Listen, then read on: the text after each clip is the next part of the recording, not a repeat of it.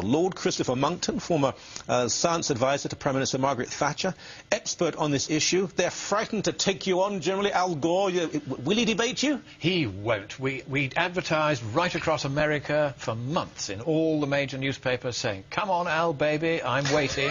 And he would not even give us an answer. He was terrified. Of course, his speaker's contract specifies not only his usual $300,000 fee. Good and you're not even paying me half of that. No, not even. You do get some coffee. But yeah, we get some coffee. But $300,000. On top of that, he will not take any unscripted question. He will not be interviewed by anyone from the media unless his staff have cleared them first. And the only ones they clear are so dumb and sycophantic that they will only ask questions that he can answer, which isn't very many of them, like, what's your name? Anything beyond that, and he's foxed. So, of course, he won't debate with me. This is very important for people to hear, because in Canada we have David Suzuki, who is the Canadian... He won't debate with me either, incidentally. Really? No, because you may know Roy Green, who's one of your colleagues. He does radio right across coast to coast. Yeah. I suppose he's the doyen of the conversational hosts on the radio in Canada. He rang me up one day and he said, look, would you like to go head-to-head with anyone I can find to put up against you? I said, sure.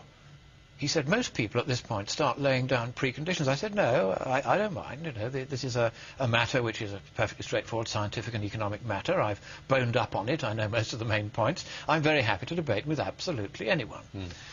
So he tried David Suzuki. And David Suzuki said, yes, of course I'll debate. And then he was told it was going to be me. And he said, oh, no, I'm not going to debate. But I tell you what, I will send one of my PR guys to debate. And he did. And if you can get a tape of that show, you would just love it. Yeah, I see this, we'll get on to the major issue in just a few moments, but I see this in the issue of atheism as well. Dawkins and people like this. Yes. They choose who they will debate, and there are some people they know are very good, very strong, non-emotional, yes, and they want, no, not him, yes, because they know they will win. I think that's absolutely right. There's no doubt that what one might call, as a package deal, the left, and I use it in a very wide sense, you know, the climate left, the anti-religious left, there's all different categories of, and I'll just call them left for the sake of shorthand. Yeah. They have learnt that the way to work things is to become a personality, as Dawkins has, and Gore has, and then when you've become a celeb, and a TV show rings up and says, will you debate with, say, Monckton, who isn't really a celeb, though thank you for helping to do your little bit towards that worthy aim, then they tend to say, well, no, we won't debate with him. And so they will only, therefore, go on if they're not challenged by anyone, and they can go on repeating the same mantra. And it was actually Goebbels who worked out this technique. Never, ever, ever appear with somebody who knows the subject. They'll be terribly offended but to mention a Nazi leader in the same context, the same breath as Al Gore or David Suzuki. Oh, no, let me explain. I'm not saying that they are like Goebbels. I'm saying the technique they used was devised by Goebbels originally. I'm in no way comparing them with Nazis. I would say, however, that it is a very important principle that on issues of public policy there should be free speech and open debate. And one of the most lamentable features of this debate is the unwillingness of what I call the bedwetters, the true believers in the new superstition that is global warming, and which replaces religion for those who've never really had it. Now at last they've got something they can believe in and get passionate about in the absence of religion. They are very reluctant to debate because one is, as it were, challenging what is not based on reason. It is purely a faith, but it doesn't happen to be a decent religious faith.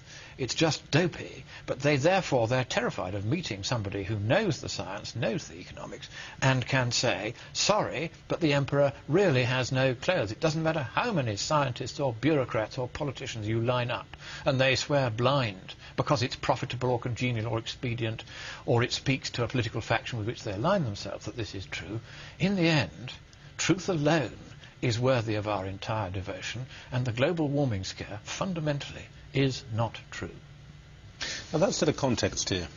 Economic policy, foreign policy, educational policy, transport policy, all of these now are to a certain degree being defined, even dictated by a belief that man-made global warming is the major issue. Yes. The world will end, climate change will destroy us all unless we do embrace what Gore and Suzuki and the rest say, yes, and that every scientist worth the name believes in it and agrees with them. Not Yeah. true?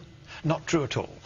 Indeed, Mark Morano, who used to advise Senator Inhofe, who's one of the many senators in the US Congress who doesn't believe in any of this nonsense, has compiled a list of 700 plus scientists and researchers who have been publicly reported as dissenting from what is said to be this unanimous consensus. And in fact, the dissent is much wider than that. If I take just a single element in this debate, was it or was it not warmer in the Middle Ages worldwide than it is today? On that question, 700 scientists from more than 400 institutions in more than 40 countries in the last 20 years have contributed to papers that I know about and can on notice list, saying that the medieval warm period, which is well known in history and archaeology, as it is in climate science, was real, was global, and was noticeably warmer than the present, so that there's nothing special about today's temperatures. That, if you like, is the consensus on the medieval warm period.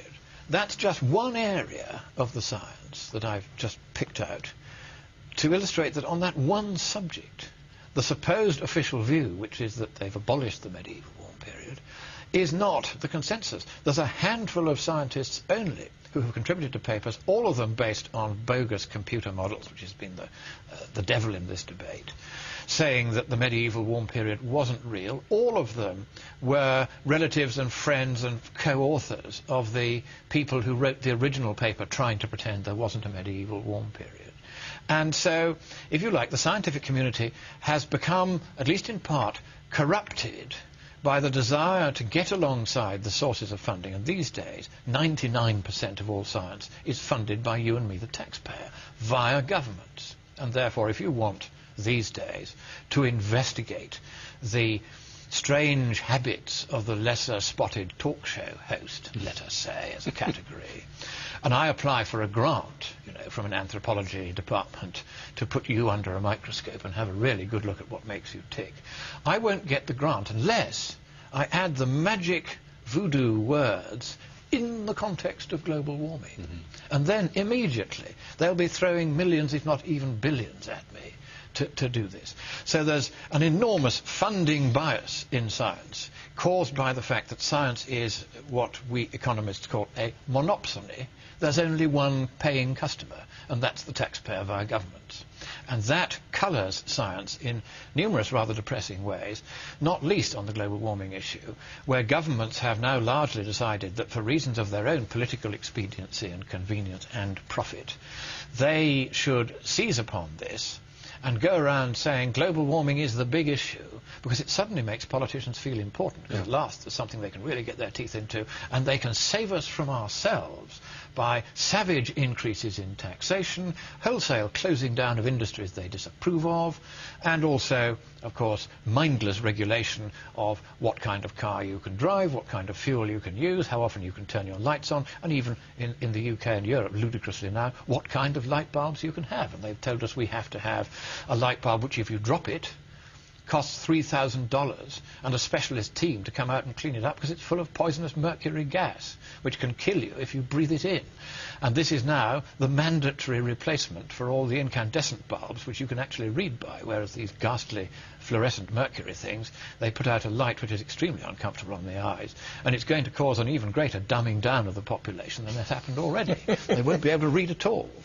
So, children in North America, children in Canada are taught now. They actually will come home and tell mummy and daddy what they're supposed to believe. And there have even been some extreme cases of denouncing parents who won't turn their lights off at the right time. Oh, yes, we're straight back into communist territory. It does, so we're told that unless we change radically, the climate will change to such a degree the North will disappear, there'll be mass melting, we won't be able to feed ourselves, and the world eventually will end. Hollywood movies are made to back it up culturally, talk show hosts and so on will echo this. And to dissent from this, and I find this terribly sinister, you become a denier. And the only time that really has been used has been to describe Holocaust deniers who are either mad or evil. So if you question it, you are just like a Nazi. And so if I were to say that Al Gore et hoc genus omne were Nazis for refusing to debate and allow free speech. That would be unforgivable. But they can call us Nazis by calling us deniers, and everybody merely parrots it and repeats it. So once again, we see an extraordinary double standard in the media, by which if I were to use any such language, they would say, oh, you know, it makes you shiver, it's so extreme. But if they say it, oh, well, you know, that's a fair comment. So it is definitely very, very biased. But in the end, there's a very, very old philosophical principle at stake here. And that is that the truth is the truth is the truth, however many lies are told, however many people tell the lies, and however important the people who tell the lies conceive themselves to be. And the truth is, and we now know this is the truth, that global warming isn't a problem. And let me now turn the not even give us an answer. He was terrified. Of course, his speaker's contract specifies not only his usual $300,000 fee. Good and you're not even paying me half of that. No, not even. But you do get some coffee. But yeah, we get some coffee. But $300,000. On top of that, he will not take any unscripted question. He will not be interviewed by anyone from the media unless his staff have cleared them first, and the only ones they clear are so dumb and sycophantic that they will only ask questions that he can answer, which isn't very many of them, like, what's your name? Anything beyond that, and he's flocked. Lord Christopher Monckton, former science advisor to Prime Minister Margaret Thatcher, expert on this issue. They're frightened to take you on, generally. Al Gore, will he debate you? He won't. We advertised right across America for months in all the major newspapers saying, come on, Al, baby, I'm waiting. And he would, on the radio in Canada, he rang me up one day and he said, look, would you like to go head-to-head with anyone I can find to put up against you? I said, sure. He said, most people at this point start laying down preconditions. I said, no, I don't mind. You know, this is a matter which is a perfectly straightforward scientific and economic matter. I've boned up Oxford. So, of course, he won't debate with me.